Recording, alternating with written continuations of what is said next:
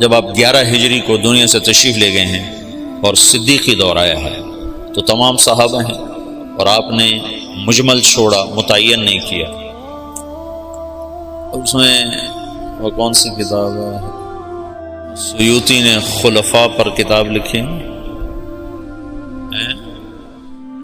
تاریخ الخلفاء۔ تاریخ الخلفاء میں ایک روایت ہے کہ صحابہ نے کہا یا رسول اللہ استخلف، کسی کو آپ اپنا نائب متعین فرمائیں۔ کہا نہیں، میں نہیں کروں گا، اگر میرے کرنے کے بعد تم اس کی نافرمانی کرو گے تو تم پہ اللہ کا عذاب آئے گا۔ یہ حکمت بتائی۔ دوسرا، اللہ کی تقدیر پہ راضی ہونا، کہ اختلاف ہونا تھا تو اللہ کی تقدیر پہ راضی ہو کے چپ کر کے چلے گا۔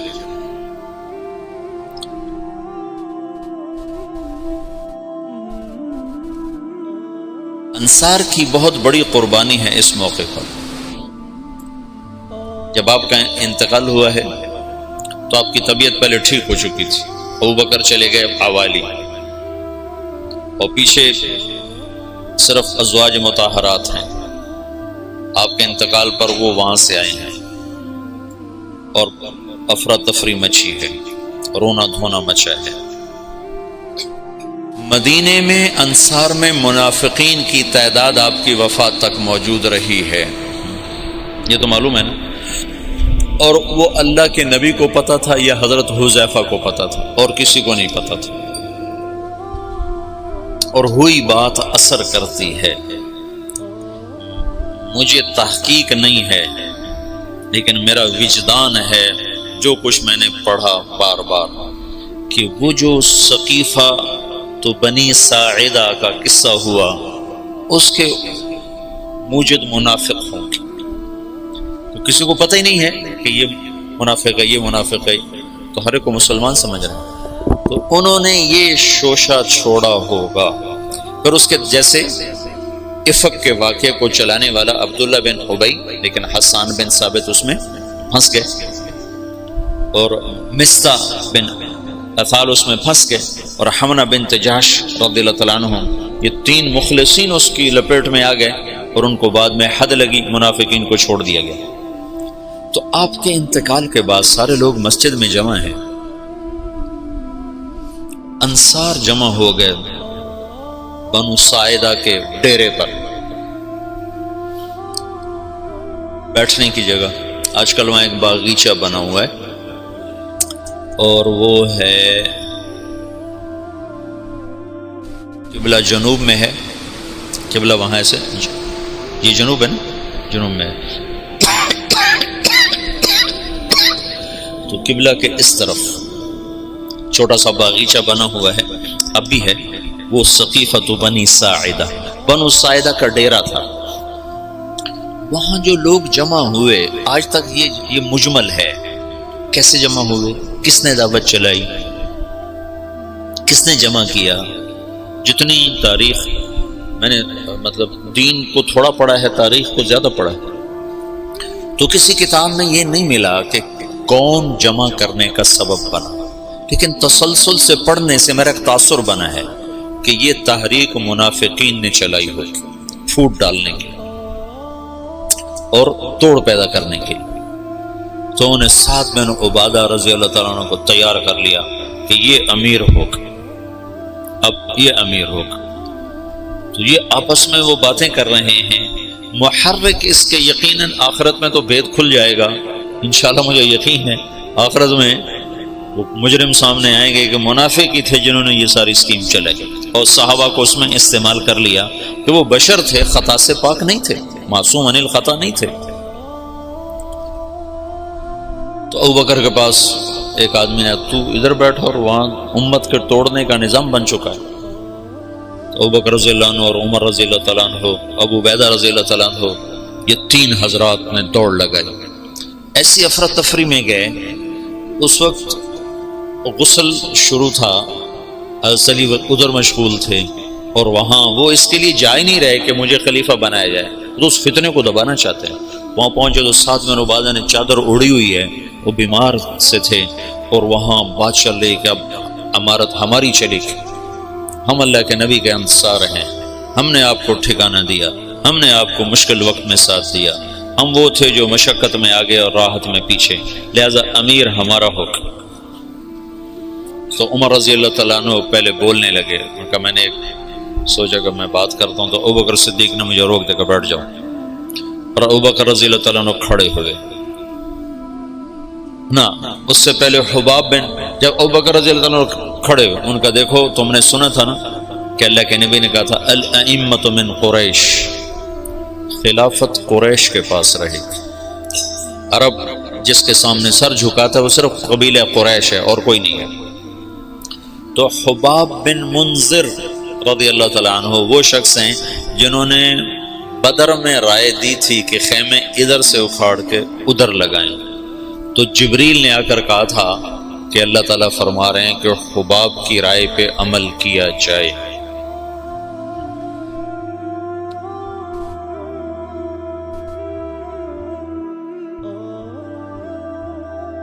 ہر انسان ہر وقت ایک حال پہ نہیں رہتا ہے، یا تو ایسی بڑی رائے دی کہ اللہ نے کہا کہ حباب کی رائے پہ عمل کیا جائے، یا ایسی رائے دی کہ توڑ دینے والا نظام بن جائے۔ تو حباب بن منذر نے کہا میں تم سب کا فیصلہ کرتا ہوں، ایک امیر مہاجرین میں سے ہوگا، ایک انصار میں سے ہوگا۔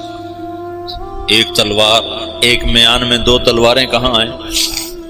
تو ابوبکر رضی اللہ تعالیٰ عنہ کو سختی سے ڈانٹ دیا، بیٹھ جا، امت کی وحدت کو فرقت میں تبدیل نہ کر، کو ڈانٹ کے بٹھا دی۔ پھر مختصر تقریر فرمائی کہ یہ امر اس وقت تک سلامت ہے جب تک امامت قریش کے پاس، تم ہمارے انصار ہو اور وزراء ہو، ہم تمہارے امراء ہیں، میری طرف سے یہ عمر حاضر ہے، ابو عبیدہ حاضر ہے، اس میں سے کسی کے ہاتھ پر بیعت کر۔ تو عمر رضی اللہ عنہ نے ایک دم کھڑے ہو کر کہا جس کو اللہ کے رسول نے مصلی پہ کھڑا کیا وہی ہمارا خلیفہ ہے۔ نمازیں پڑھائی نے 17، تو حضرت عمر نے بیعت کی تیزی کے ساتھ، ابو عبیدہ نے اس کے پیچھے، پھر اللہ تعالیٰ کی غیبی مدد آئی، انصار کی یہ قربانی۔ زندگی میں ایک اصول سیکھو، اللہ تمہیں توفیق دے، مجھے توفیق دے، میں نے اس میں بہت نفع پایا، اپنی رائے سے پیچھے ہٹ جانا سیکھو۔ رائے پہ جمنا تو طبعی چیز ہے، رائے پہ اصرار تو فطری چیز ہے۔ بچہ بھی کہتا ہے میں نے ادھر جانا ہے، میں نے ادھر جانا ہے، ماں کہتے نہیں جانا تو وہ روتا ہے۔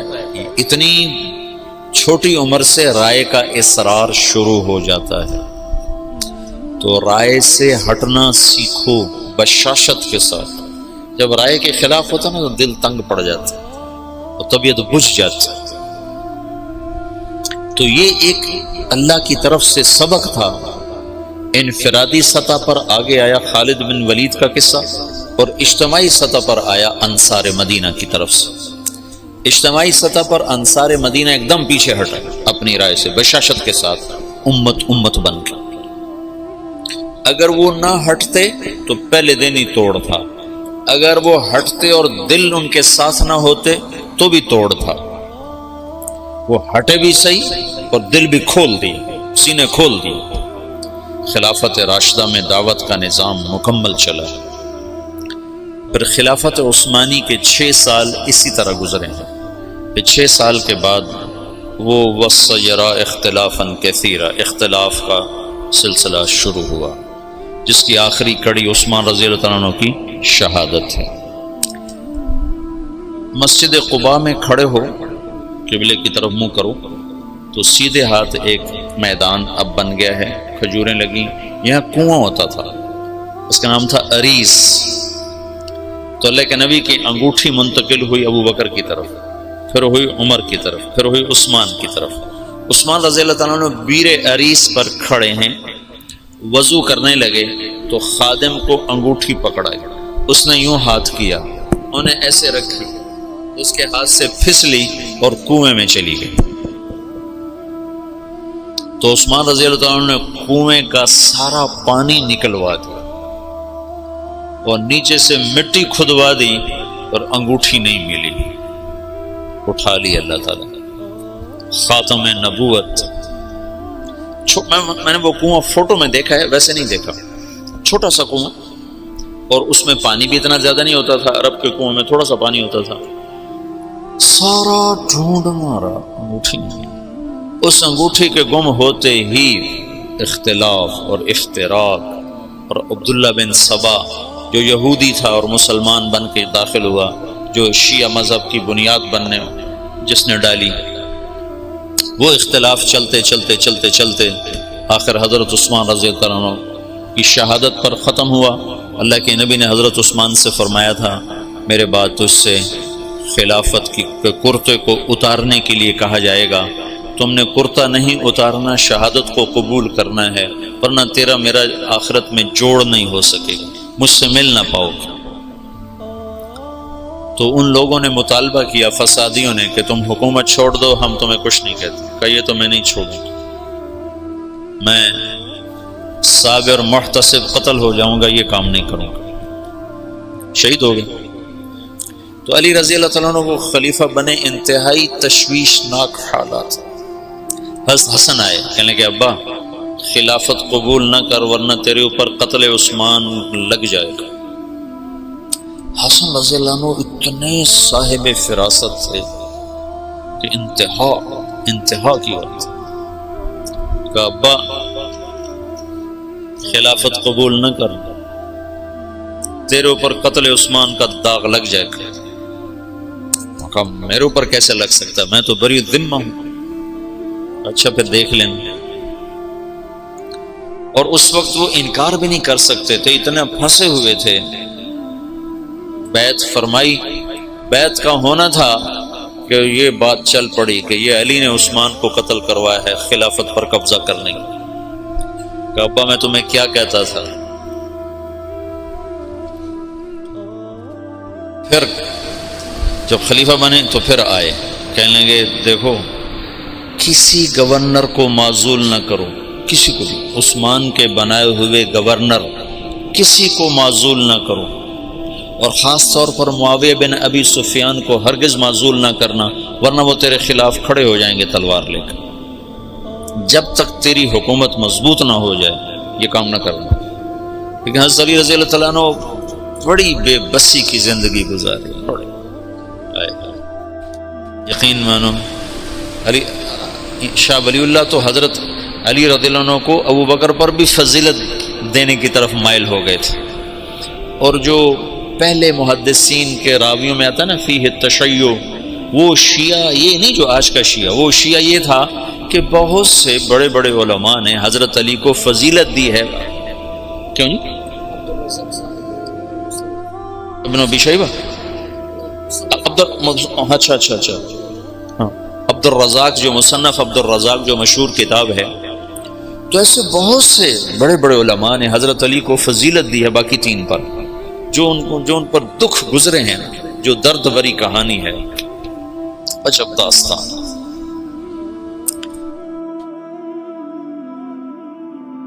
انہوں نے معزول کر دیا حضرت معاویہ رضی اللہ عنہ کو، معزول کرنا تھا، وہ کھڑے ہو گئے۔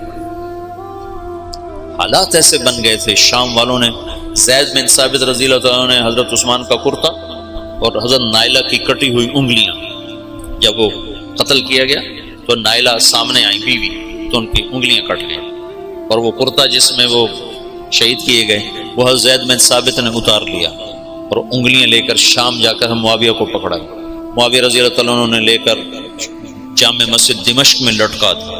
اب کون تحقیق کرے گا کہ کس نے قتل کیا کس نے نہیں کیا؟ ایسی غلط فہمی کی ہوا چلی کہ سب نے حضرت علی پر الزام لگا دیا کہ علی ہی عثمان کے قاتلوں کو پناہ دینے والا ہے، اور اسی سے یہ ہوا ہے، اور وہ بری الذمہ، پاک پاکیزہ۔ پر اللہ کی تقدیر تھی، یہ جنگ جمل بھی ہونی تھی، جنگ صفین بھی ہونی تھی، اللہ کا نظام تھا، اس میں بھی اس کی حکمتیں رحمتیں چھپی ہوئی ہیں۔ تو حالات ایک دم وہ جو دعوت کا ریلا تھا وہ آپس کے ٹکراؤ کی طرف چلا گیا، اور دعوت کے کام کو پہلا جھٹکا لگا ہے 26 سال کے بعد۔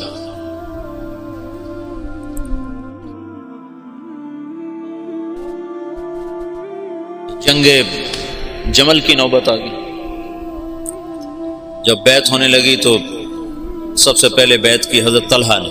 طلحہ ان کا یہ ہاتھ بیکار ہو گیا تھا احد کی لڑائی میں نا، تلوار وہ تیروں کو سہتے سہتے جو اللہ کے نبی پر تیر آتا تو آگے ہاتھ کر دیتے تھے، تو سارا ہاتھ ختم ہو گیا تھا. وہ الٹے ہاتھ سے لڑتے تھے. اس کے بعد تو انہوں نے جب بیعت کی نا تو ایک آدمی نے کہا او ہو یہ بیعت تو ٹھیک نہ ہوگی. وہ بیکار ہاتھ سے کی نا تو انہوں نے فال لی اس سے. اللہ کے نبی بھی فال لیتے تھے. کَإِنَّ هَذِهِ الْبَيْعَةَ لَا تَتِمُّ، یہ کام سرے نہیں چڑھے گا. 4 سال دکھ سہتے سہتے آخر شہید ہو. اتنے دکھی ہو گئے تھے آخری دنوں میں حضرت علی کہ اپنی یوں داڑھی پکڑ کے کہتے تو کب رنگین ہو، تو کب رنگین ہو. کیونکہ اللہ کے نبی نے کہا تھا علی تو اس وقت تک نہیں مر سکتا جب تک تیری داڑھی تیرے خون سے رنگین نہ ہو جائے، تیرے سر کے خون سے رنگین نہ ہو جائے. اور صالح علیہ السلام کی اونٹنی کا قاتل اشقا تھا. میری امت کا اشقا وہ ہوگا جو تجھے قتل کرے گا. تو پھر ایسے داڑھی کو پکڑ کر کہتے تو کب رنگین ہو. پھر کہتے وہ اشقا کدھر ہے، وہ اشقا کدھر ہے، وہ آتا کیوں نہیں، وہ کدھر ہے. اتنے دکھی ہو گئے تھے. بے وفائی، لوگوں کی جفا. حضرت معاویہ رضی اللہ عنہ کو شام کا ٹکڑا ملا جو بڑے سلیقے والے، بڑے طریقے والے، بڑے وفادار. اور حضرت علی رضی اللہ عنہ کو کا امتحان بڑا تھا، بڑوں کے امتحان بھی بڑے. ان کو عراق ملا جہاں کے لوگ منافقانہ عادات اور ہر جتنے بھی عیب، اس لیے تو حجاج اللہ نے ان پہ مسلط کیا، عراق والوں پہ. بھرے ہوئے بے وفائیوں سے بھرے ہوئے. تو اس کا آخری نتیجہ حضرت علی کی شہادت پہ نکلا. جنگ جمل ہوئی جس میں حضرت طلحہ جیسے، حضرت زبیر جیسے شہید کر دیے. جب آپس میں ٹکرائے نا صلح ہو گئی. لیکن جو لوگ عبداللہ بن سبا کے ساتھی تھے، میں تمہیں تفصیل تو نہیں بتا رہا، صرف اشارے کر رہا ہوں. جب صلح ہو گئی تو رات کو انہوں نے طے کیا کہ آدھے ادھر حملہ کر دو، آدھے ادھر حملہ کر دو، جو بیچ میں فسادی تھی. تو تہجد کے وقت آدھے لوگوں نے حضرت علی پہ حملہ کر دیا، آدھوں نے حضرت زبیر، حضرت عائشہ کے لشکر پہ حملہ کر دیا، اور دونوں طرف شور مچا دیا. علی نے حملہ کر دیا، انہوں نے کہا زبیر نے حملہ کر دیا. تو علی کہنے لگے او ہو آئے ہائے. حضرت حسن جب نکلنے لگے نا اس کے لیے، عراق کے لیے، تو حضرت حسن نے کہا بابا مت نکلو ورنہ تمہاری جنگ ہو جائے گی. کہا میرے ہوتے ہوئے کیسے ہوگی؟ کہا ہو جائے گی دیکھ لینا، نہ جا، مدینہ نہ چھوڑ، مدینہ نہ چھوڑ. تقدیر غالب آئی. جب جنگ ہو گئی تو پھر حضرت حسن سے کہا بیٹا کاش میں تیری بات مان لیتا، اور ہائے کاش میں آج سے 20 سال پہلے مر گیا ہوتا اور یہ دن میں نہ دیکھتا. چھوڑ گئی جنگ. پھر جب تلواریں چنگاریاں برسانے لگیں تو حضرت علی نے زور سے آواز لگائی این زبیر بن العوام. زبیر نے کہا میں ہوں، کہ میرے سامنے آ. اللہ اکبر، 10 مبشرہ آمنے سامنے.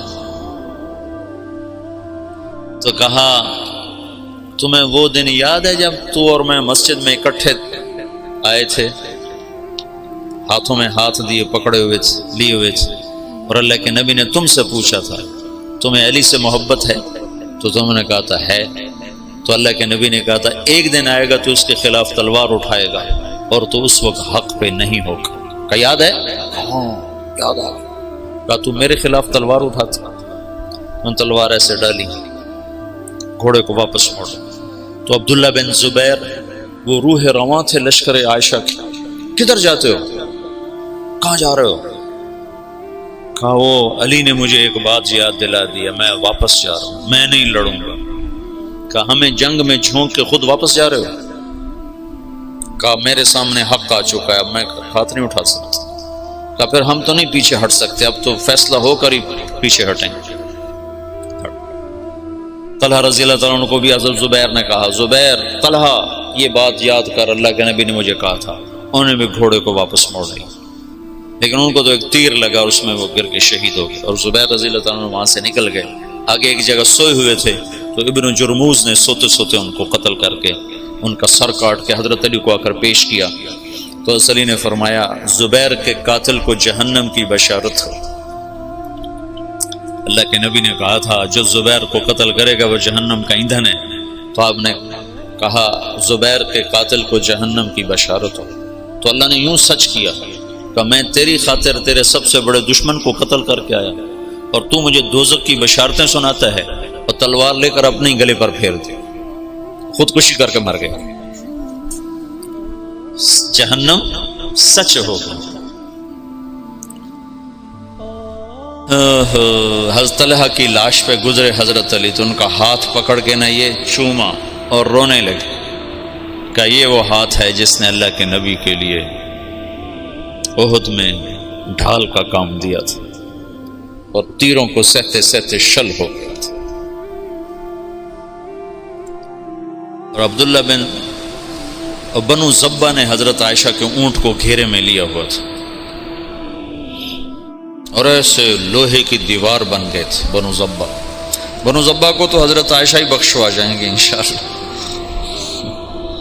کہتے ہیں الموت احلی عندنا من العسل نحن بنو ضبط اصحاب الجمل نحن بنو الموت اذ الموت نزلی ننعبن عفان باطراف الاسل رد علینا شیخنا ثم بجلی۔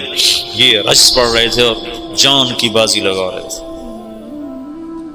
ایک دفعہ ایک شخص ملنے آیا حضرت عائشہ رضی اللہ تعالیٰ عنہ سے، کہا کہاں سے ہو؟ کہا میں بنو زبہ سے ہوں۔ کہا ایک نوجوان میرے اونٹ کے پاس شعر پڑھ رہا تھا، اس کو جانتے ہو؟ کون؟ کہا وہ تو خود تو پردے میں تھے۔ کہا ایک نوجوان کے آواز آ رہی تھی، کہہ رہا تھا یا امنا خیر ام نعلم،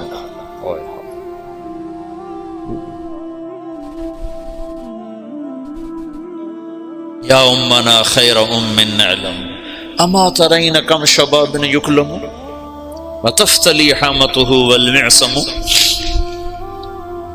تو وہ کہنے لگا جی وہ میرا سگا بھائی تھا۔ تو عائشہ روتے روتے روتے ساری چادر آنسوں سے تر کر دی۔ ایسے ایسے شاہ سوار اس دن شہید ہوئے جو اکیلے اکیلے ہزاروں پر بھاری تھے، طرفین سے۔ پھر آخر میں عبداللہ بن زبیر رضی اللہ تعالیٰ عنہ نے حضرت عائشہ کے اونٹ کو پکڑا، پھر آخر تک وہ جمے، ورنہ جو آتا تھا وہ قتل ہو جاتا، یا وہ قتل ہو جاتا یا قاتل یا حملہ آور قتل ہو جاتا تھا۔ ایک دو بڑے شاہ سوار آمنے سامنے آئے، دونوں ایک ایک ہزار پر بھاری تھے، ایک ادھر ایک کے ہاتھ میں حضرت عائشہ کا اونٹ، دوسرا حضرت علی کی طرف سے، دونوں ایک دوسرے کے وار سے ایک وقت میں ختم ہو کے گر گئے۔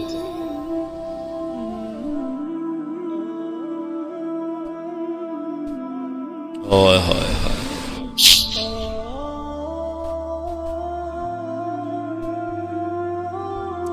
پھر وہ آخر حضرت علی نے کہا اونٹ کو گراؤ ورنہ جنگ ختم نہیں ہوگی، اونٹ کو گراؤ۔ پھر انہوں نے اونٹ پر وار کیے، اونٹ گرا۔ جو دور کے لوگ تھے انہوں نے وہ کو تحقیق پھر تھوڑے ہوتے ان کو، ہو حضرت اما عائشہ تو شہید ہو گئے، بس وہ ایسے دل برداشتہ ہوئے کہ پھر میدان چھوڑ دیا۔ تو حضرت علی نے فرمایا کوئی کسی کے پیچھے قتل کے لیے نہ بھاگے، مال غنیمت کے طور پر مال نہ لوٹا جائے۔ تو محمد بن ابو بکر حضرت عائشہ کے بھائی، اسماء بنت عمیس کے بیٹے، وہ حضرت علی کی طرف سے تھے۔ تو جب اونٹ گرا تو وہ بھاگ کر آئے، انہیں جلدی سے اندر ہاتھ ڈالا۔ تو بہن ہے کہ پتہ کرنے کے لیے کہ خیریت تو ہے۔ اما عائشہ کو تو نہیں پتا کہ یہ ہاتھ کون کس کا ہے، محرم ہے غیر محرم ہے، کون ہے حرم رسول کی طرف ہاتھ بڑھانے والا، اللہ اسے آگ میں جلا دے۔ او میں تیرا بھائی ہوں محمد کا ہو گیا۔ جب مصر پر حضرت معاویہ رضی اللہ تعالیٰ نے چڑھائی کی تو اس وقت محمد بن ابی بکر یہ مصر کے گورنر تھے حضرت علی کی طرف سے، تو ان کو شکست ہوئی اور یہ بھاگے اور پھر پکڑے گئے. تو ان کا پیاس سے برا حال تھا، زبان نکل رہی تھی، کہنے کہ مجھے پہلے پانی پلاؤ پھر قتل کرنا. تو حضرت معاویہ کے لشکر کے امیر نے کہا عثمان کو تم نے پیاسا مارا، یہ حضرت عثمان کے قاتلوں میں شریک تھے. محمد بن ابی بکر آ کر ایسے داڑھی پکڑی، حضرت عثمان کی داڑھی کو یہاں سے پکڑ کے یوں جھٹکا دیا. تو انہوں نے کہا تیرا باپ تو اس داڑھی کی بڑی قدر کرتا تھا. تو ایسی شرم آئی کہ واپس چلے گئے، بس اس کے بعد حصہ نہیں لیا، لیکن بس داڑھی پکڑنا ہی کافی ہو گیا تھا. تو انہوں نے کہا عثمان کو پیاسا مارتے ہو، خود پانی مانگتے ہو، کہ تمہیں اسی پیاسا قتل کروں. معاویہ بن خدیج ایسے کوئی امیر کا نام تھا، مجھے پورا نام یاد نہیں ہے، ذہن سے نکل گیا. قتل کیا، پھر ایک گدھے کی کھال میں اس کی لاش کو لپیٹ کر اسے آگ لگا دی اور وہ جل گئے. حضرت عائشہ کا فرمان سچا ہوا، اللہ اسے آگ میں جلا دی. تو ایک دفعہ جو دعوت کو جھٹکا لگا ہے، یہ اللہ کا نظام تھا، اختلاف ہونا تھا. حضرت علی کی شہادت پر ایک دور ختم ہوتا ہے، حضرت حسن رضی اللہ عنہ خلیفہ بنتے ہیں، پھر وہ 6 مہینے بعد حضرت معاویہ کے حق میں دستبردار ہو جاتے ہیں، اور پھر دوبارہ دعوت کا دور چلتا ہے، اور پھر دعوت اپنے علی قدم و ساق قائم ہوتی ہے، اور پھر وہ اسلام کی ریل پیل لہل بہر دوبارہ واپس آتی ہے جب حضرت معاویہ رضی اللہ تعالیٰ عنہ خلافت کو سنبھالتے ہیں. یہ آج کی مجلس میں اتنے کافی ہے.